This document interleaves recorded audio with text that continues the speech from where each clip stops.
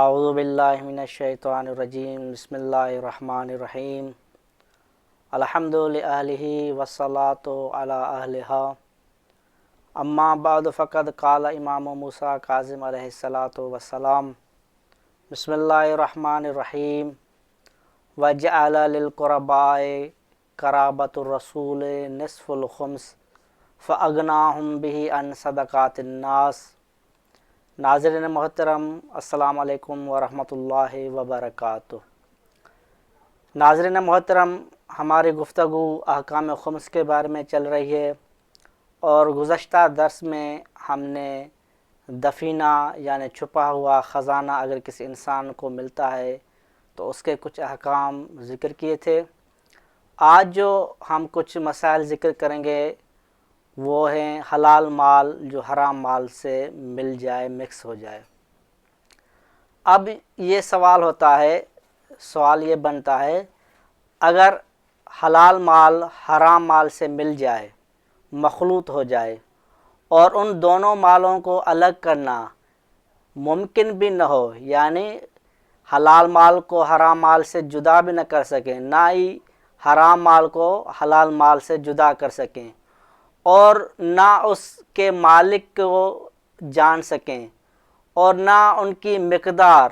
اور نہ ہی حرام مال کی مقدار کا علم ہو کہ ان میں سے حرام مال کتنا تھا اور حلال مال کتنا تھا، تو اس صورت میں کیا حکم ہے؟ تو فقہا فرماتے ہیں اس صورت میں جب یہ ساری صورتیں آ جائیں، حلال مال حرام مال سے مل جائے، ان دونوں کو تمیز دینا بھی ممکن نہ ہو اور مالک کو بھی نہ جانتے ہوں، ان ساری صورتوں میں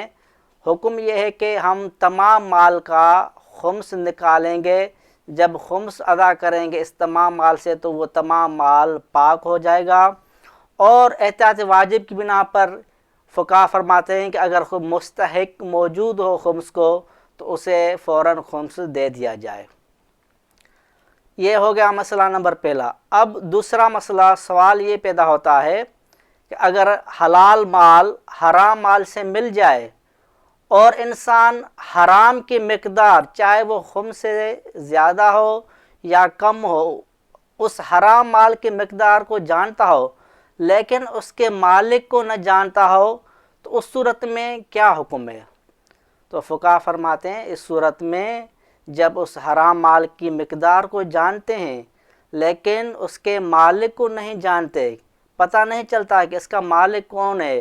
تو اس صورت میں فقہا فرماتے ہیں اس مالک کی طرف سے نیت کر کے صدقہ ادا کر دیں گے،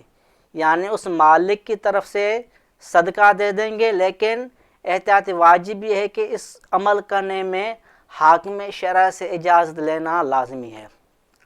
یہ ہو گئے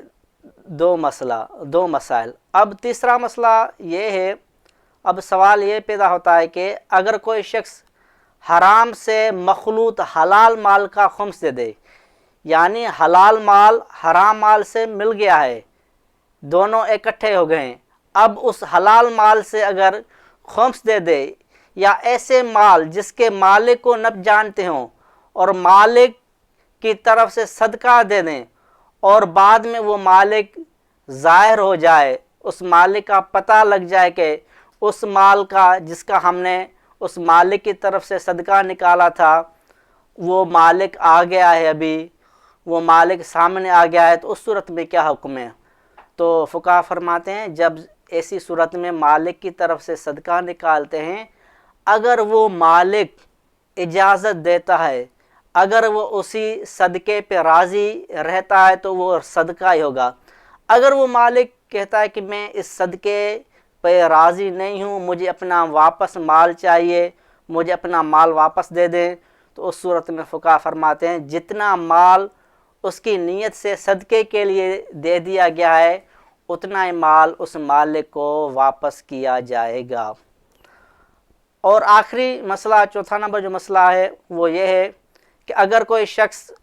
حرام سے مخلوط حلال مال کا خمس دے دے اور بعد میں پتہ چلے کہ بھائی اس میں جو حرام مال کی مقدار تھی وہ تو خمس سے زیادہ تھی، جس کی وجہ سے ہم نے خمس نہ نکالا تھا، پتہ نہیں چلا تھا کہ اس حرام مال کی مقدار خمس سے زیادہ ہے یا کم ہے، لیکن ہم نے حلال مال کا خمس ادا کر دیا تھا، لیکن بعد میں پتہ چلا کہ نہیں، حرام مال کی مقدار بھی خمس سے زیادہ تھی، تو اس صورت میں فقہا فرماتے ہیں کہ جتنی مقدار کا علم ہو، ہمیں پتہ چلا ہے کہ یہ خمس سے زیادہ ہے، تو اتنی مقدار کا ہم